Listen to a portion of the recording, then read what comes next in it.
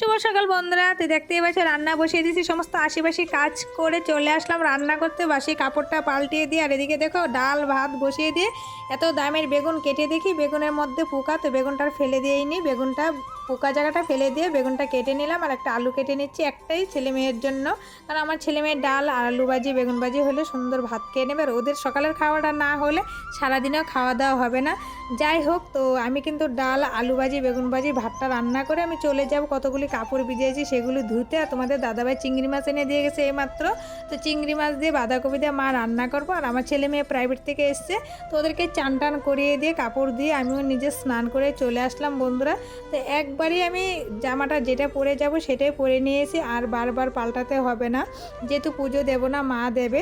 আর দেখো কিছু কাপড় বাকি রয়েছে সেগুলো সাথে দিয়ে এসেছি। আর ভাতটা কি গরম, মাখতেই পারিনি, গরম লাগছে। তো যাই হোক, ছেলে মেয়েকে ভাতটা চটকিয়ে দিয়েছি, তো ওরা খাচ্ছে, আমাদেরও খাওয়া হয়ে গেছে। ছেলে মেয়েকে স্কুলে পাঠিয়ে আমি নিজেও বেরিয়ে পড়লাম বন্ধুরা।